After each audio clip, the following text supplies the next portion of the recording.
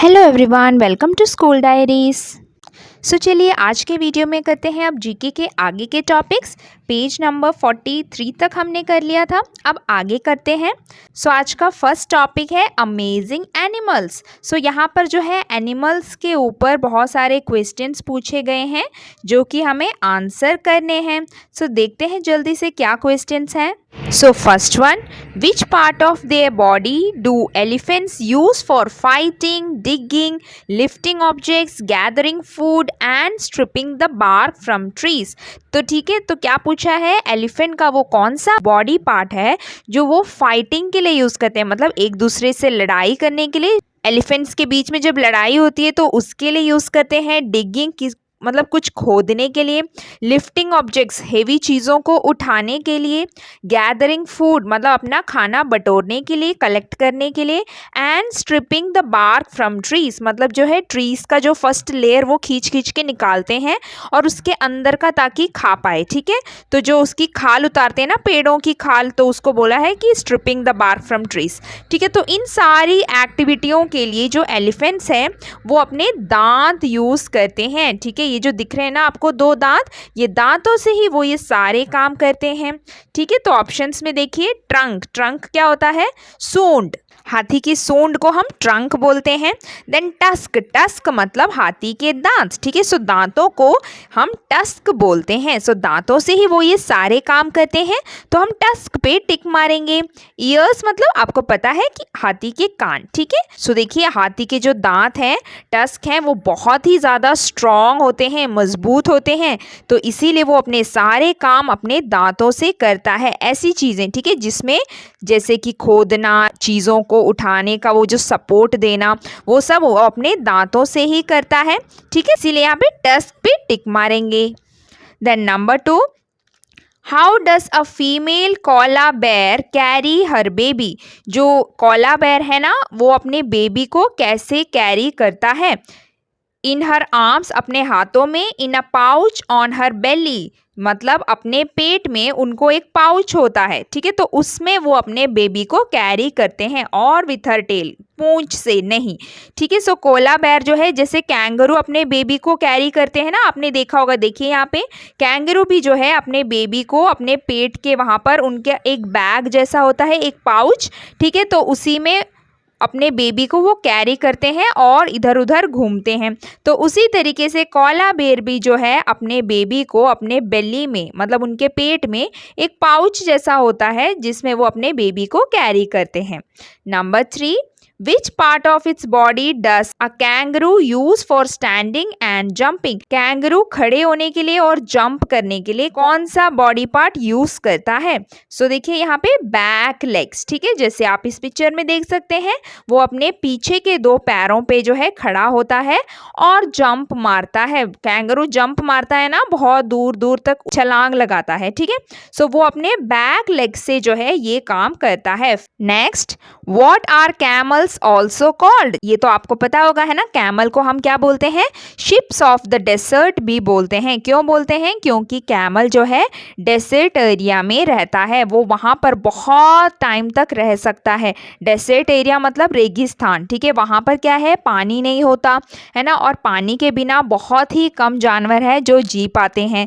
Camel उनमें से एक है। उसको जो है रेगिस्तान का जहाज कहा जाता है, क्योंकि वो वहाँ पर रहता है, वो बिना पानी के कई दिन तक रह सकता है, इसीलिए उसे शिप ऑफ डेजर्ट बोलते हैं। और उसके पैर भी जो है इस तरीके से हैं कि वो आसानी से रेत पर चल पाता है, पर बाकी एनिमल्स जो हैं इतनी आसानी से रेत पर नहीं चल पाते, उनके पैर अंदर चले जाते हैं रेत के। ओके, जो कैमल है वो आसानी से डेजर्ट एरिया में रह पाता है, इसीलिए उन्हें शिप ऑफ डेजर्ट कहा जाता है। Next one, which of the following is the favourite food of a giant panda. Panda को आपने देखा होगा है ना, इस तरीके से black and white teddy bear की तरह एक एनिमल है पैंडा, और उसका फेवरेट फूड है बैम्बू। ठीक है, बांस, बांस जो होती है ना, बांस की लकड़ी, वो वाले पेड़ को वो काट काट कर खाता है, वही उसका फेवरेट फूड होता है।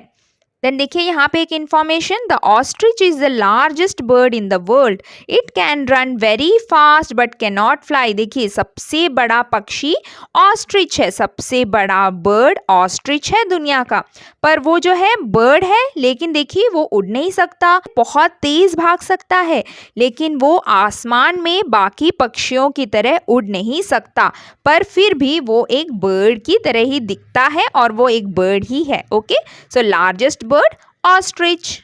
Next, which of the following is not true about monkeys, इनमें से कौन सा स्टेटमेंट है जो मंकी के लिए गलत कहा गया है, जो कि गलत है, मतलब नॉट ट्रू मतलब सही नहीं है। They stand and walk mostly on their two hind legs, so कह रहे हैं कि मंकी जो है ज्यादातर समय अपने पीछे के दो पैरों से खड़ा होता है और चलता है, नहीं वो तो अपने चारों पैरों से चलता है ना, तो ये गलत है, इसीलिए यहाँ पर टिक मारा है क्योंकि यहाँ पे पूछा है कि कौन सा गलत है, ठीक है, जो कि सही नहीं है। सो हम इस स्टेटमेंट पर टिक मारेंगे। दे आर इंटेलिजेंट एनिमल्स, ये सही है, ठीक है, मंकीज जो है इंटेलिजेंट होते हैं। मोस्ट मंकीज पील बनानास बिफोर ईटिंग देम, ज़्यादातर जो मंकीज हैं वो बनाना मतलब केले का छिलका उतार कर केले को खाते हैं, ये भी सही है, ऐसे ही करते हैं मंकीज, ठीक है। सो इसमें से फर्स्ट स्टेटमेंट पर आप टिक मारेंगे। Then next, which of the following is a more difficult task for a giraffe, एक जिराफ के लिए, जिराफ कौन है आपको पता है ना, टॉलेस्ट एनिमल, सबसे लंबा एनिमल जो है जिराफ है, उसकी गर्दन देखिए कितनी लंबी है ना, सो वो बहुत ही लंबा जानवर है और उसके लिए सबसे मुश्किल क्या होगा, वो पूछ रहे हैं कि एक जिराफ के लिए सबसे मुश्किल काम क्या हो सकता है। देखिए, eating leaves from tree tops, पेड़ों के ऊपर से पत्ते खाना, drinking water from the ground, जमीन से पानी पीना, रनिंग फास्ट या तेज भागना। तो देखिए ट्री के ऊपर से तो पत्ते वो आराम से खा सकता है क्योंकि वो इतना लंबा जो है ना, तो उसकी गर्दन तो आराम से पेड़ तक पहुंच जाती होगी, तो उसको ट्री से पत्ते खाना बहुत ही इजी है। और रनिंग फास्ट मतलब वो तेज भाग भी सकता है। पर देखिए drinking water from the ground, अगर उसे पानी पीना होगा नीचे से, तो जमीन से अगर उसे कोई पानी पीना होगा तो वो क्या करेगा, तो देखिए उसको कितना ज्यादा झुकना पड़ेगा, उसे कितना ज्यादा झुकाना पड़ेगा अपना गर्दन, है ना। तो इसीलिए जो जिराफ है वो इतना टॉल है कि उसको जमीन से पानी पीना, मतलब जो पानी है ना नदियों का, वो सब पीने में उसको बहुत ज्यादा दिक्कत होती है क्योंकि उसको उतना ज्यादा झुकना भी पड़ता है। Okay, next, which of the following is not true about frogs, इसमें से कौन सा स्टेटमेंट है जो फ्रॉग्स के लिए गलत कहा गया है, जो कि सही नहीं है, not true. They can live both on land and in water, ये तो सही है, हमने पढ़ा था, है ना, कि फ्रॉग जो है एम्फीबियंस होते हैं, वो लैंड में भी रहते हैं, ज़मीन में भी और पानी में भी वो रहते हैं, सो ये सही है। दे हैव स्टिकी टंग्स, उनकी जो जीभ है बहुत स्टिकी होती है, मतलब बहुत चिपचिपी होती है, तो ये भी सही है, ऐसे ही होती है उनकी tongue. Most frogs have long tails and only a few have small tails, so ये बोल रहे हैं कि ज़्यादातर फ्रॉग्स की जो है लंबी लंबी पूंछ होती है और किसी किसी की छोटी पूंछ होती है, तो ये तो गलत है ना, फ्रॉग्स के पास पूंछ कहाँ है, फ्रॉग्स की टेल नहीं होती। ओके, सो ये स्टेटमेंट फ्रॉग्स के बारे में गलत कहा गया है, सो हम यहाँ पर टिक मारेंगे क्योंकि ये गलत है। Next, to which family do lions belong, जो लायन है, शेर है, वो कौन सी फैमिली से बिलोंग करता है, उसका मतलब क्या है, देखिए कैट, डॉग, बेयर, सो कैट फैमिली से लायन बिलोंग करता है क्योंकि देखिए आप लायन जो है एक कैट की तरह दिखता है आपको, है ना, दिखना है ना। सो ऐसे कुछ जानवर होते हैं जो कैट फैमिली में आते हैं और कुछ जानवर होते हैं जो डॉग फैमिली में आते हैं, जैसे लायन, टाइगर, चीता, लेपर्ड, ये सब जो होते हैं ना, ये सारे कैट फैमिली में आते हैं, ठीक है। और जो वुल्फ, फॉक्स, जैकॉल, ठीक है, तो ये सब जो है डॉग की तरह दिखते हैं ना, सो इनको डॉग की फैमिली में माना जाता है, ठीक है। सो ये इसीलिए यहाँ पे फैमिली पूछा है, सो आप याद रखिएगा लायन जो है कैट फैमिली से बिलोंग करता है, तो कैट पे टिक मारेंगे। Then next, which of the following is not true about turtles, so turtles के बारे में इसमें से कौन सा स्टेटमेंट गलत है, नॉट ट्रू, सही नहीं है। They do not have teeth, turtle के दांत नहीं होते, और वो सही है, उनके दांत नहीं होते। They shed their shells every year. बोल रहे हैं कि इनका जो शेल है ना, जो ऊपर का जो कवरिंग है, वो हर साल वो अपना गिरा देते हैं, मतलब उतार देते हैं। तो ये गलत है ना, ऐसा कभी नहीं है। उनका जो शेल है वो हमेशा उनके पास ही होता है, अपने शेल को वो कभी उतार नहीं सकते। तो ये गलत है, ये वाला स्टेटमेंट पे आप टिक मारेंगे क्योंकि ये गलत बताया गया है। और दे कैन स्मेल, उनकी स्मेलिंग सेंस है, वो सूंघ सकते हैं, ये भी सही है। तो अपना जो शेल है वो कभी अपने बॉडी से अलग नहीं कर सकते, तो इसी स्टेटमेंट पे आप टिक मारेंगे जो कि गलत है। ओके, देन देखिए यहाँ पे एक इंफॉर्मेशन, चीता जो है सबसे तेज भागने वाला जानवर है, वो सबसे तेज भागता है और अपने शिकार को पकड़ ही लेता है। ठीक है, सो क्वेश्चन आएगा which is the fastest land animal. Fastest मतलब सबसे तेज कौन भागता है, तो हमारा आंसर होगा चीता। ठीक है, चीता है फास्टेस्ट लैंड एनिमल। आगे देखिए, हाइड एंड सीक एक वर्ड गेम है। यहाँ पे कुछ वर्ड्स हैं जो कि आपको फिल करने हैं और सारी स्पेलिंग्स जो है नीचे दी गई है हेल्प बॉक्स में। सो सिर्फ देखना है और फिल करना है। पिक्चर भी दी गई है, सो आप आराम से पता लगा सकते हैं कि ये क्या चीज़ है। सो क्या बताया है कि ये जो बॉय है ना, रियान, उसने जो है अपनी बहन का टॉय कहीं पर छुपा दिया है, एक टॉय कार को कहीं छुपा दिया है। सो चलिए अब इसको ढूंढते हैं। Is it in the cupboard? No. ठीक है, सो कबर्ड की स्पेलिंग यहाँ पे लिखेंगे क्योंकि ये कबर्ड है। Is it on top of the fridge? So क्या वो फ्रिज के ऊपर है? तो आपको दिख रहा है फ्रिज के ऊपर? नहीं है, सो नो। ठीक है, सो फ्रिज की स्पेलिंग लिखनी है। Is it under the sofa? क्या वो सोफा के नीचे है? सो यहाँ पर देखिए बता क्या रहे हैं, पोजिशन वर्ड्स हमें बता रहे हैं कि इन द कबर्ड, कबर्ड के अंदर, on top of the fridge मतलब ऑन मतलब ऊपर, देखिए अंडर द सोफा, अंडर मतलब सोफा के नीचे। ठीक है, तो सोफा की स्पेलिंग भी लिखिए और यहाँ पे समझिए अंडर मतलब नीचे। Then is it inside the flower pot? Inside मतलब फ्लावर पॉट के अंदर, तो क्या वो फ्लावर पॉट के अंदर है? नो। सो फ्लावर पॉट की स्पेलिंग लिखेंगे। Then is it under the bed? क्या वो बेड के नीचे है? अंडर मतलब नीचे। ठीक है, सो बेड की spelling. Is it under the chairs? क्या वो चेयर के नीचे है? वहां पर भी नहीं है, नो। सो चेयर लिखेंगे यहाँ पे। Then is it in the drawer? Drawer क्या होता है? जो हमारे टेबल में होते हैं ना, जिसको हम खींच के बाहर निकाल सकते हैं, उनको हम ड्रॉवर बोलते हैं। ठीक है, सो ड्रॉवर के अंदर है वो? यस। सो उसको मिल गया उसका टॉय कार जो कि ड्रॉवर के अंदर था। ठीक है, तो यहाँ पर देखिए सारे ऑप्शंस हैं, इस तरीके से देख के आपको ये फिल करना है।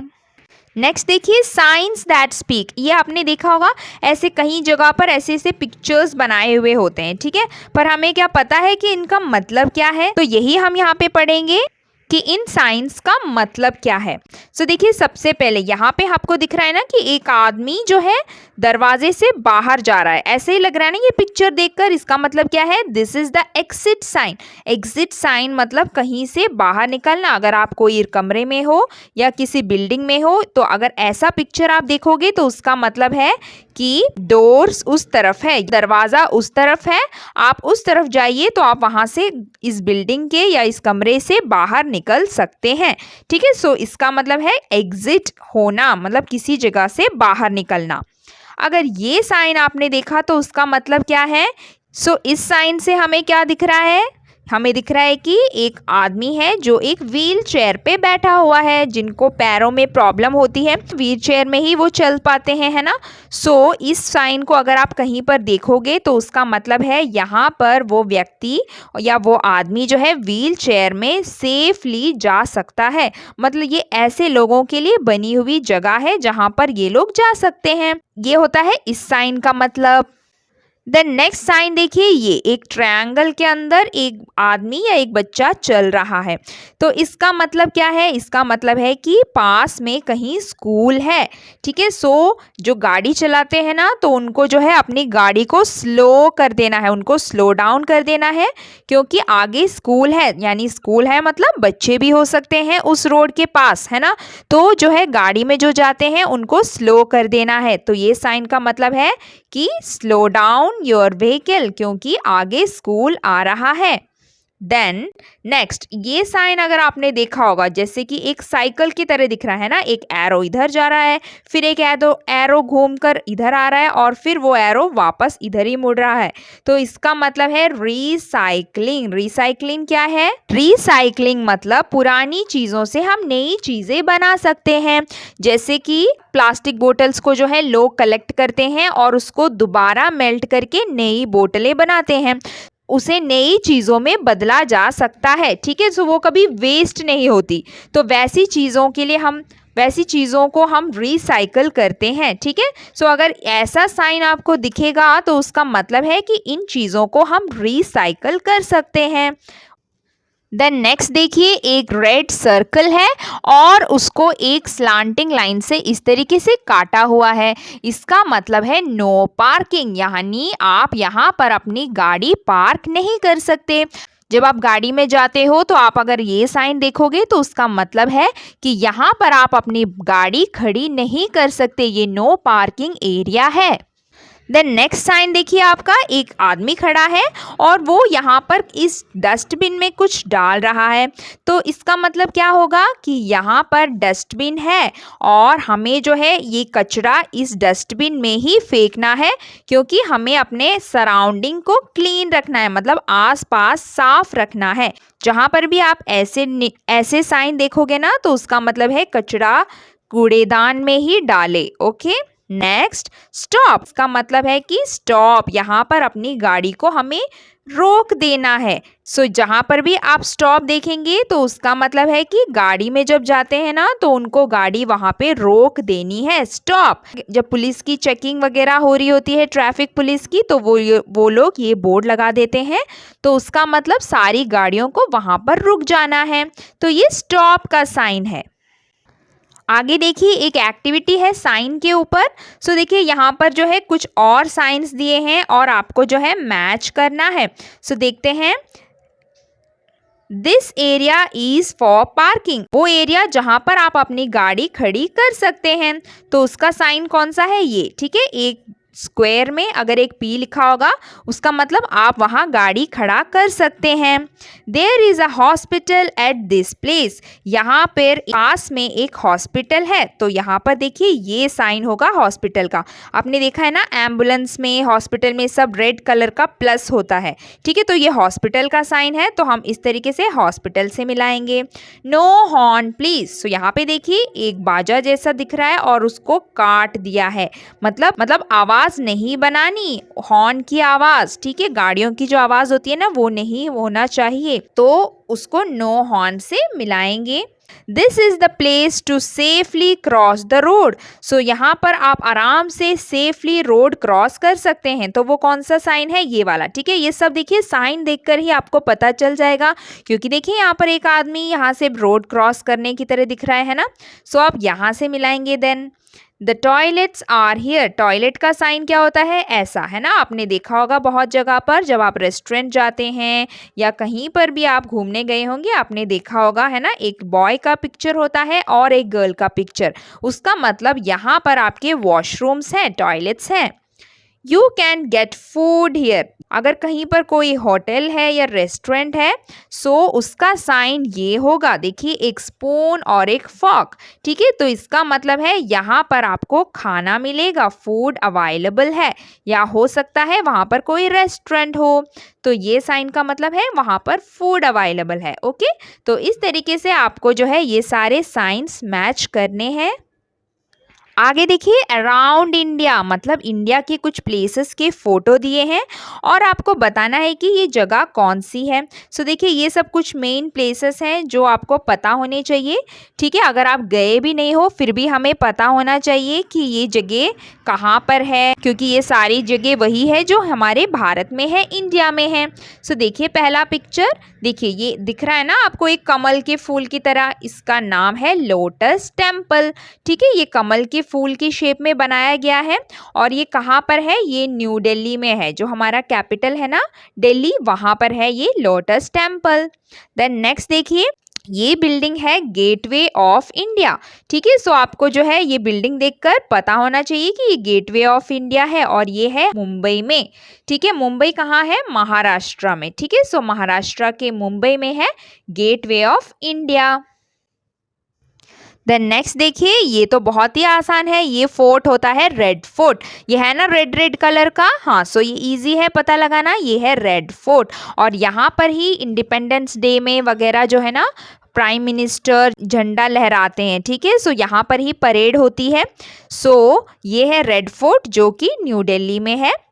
देन नेक्स्ट, ये तो आप सबको पता होगा, ये है ताजमहल जो कि आगरा में है।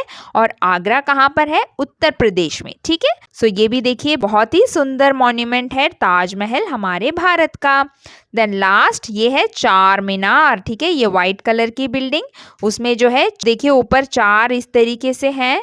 सो ये चार मीनार है और ये है हैदराबाद तेलंगाना में। ठीक है, सो ये है कुछ इम्पॉर्टेंट बिल्डिंग्स हमारे भारत के। सो फोटोज देखिए और आप लर्न करिए इनके नाम ये क्या हैं, हमें पता होने चाहिए।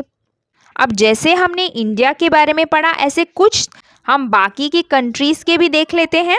सो यहाँ पे देखिए कुछ पिक्चर दिए हैं और देखते हैं वो कौन सी कंट्री का है।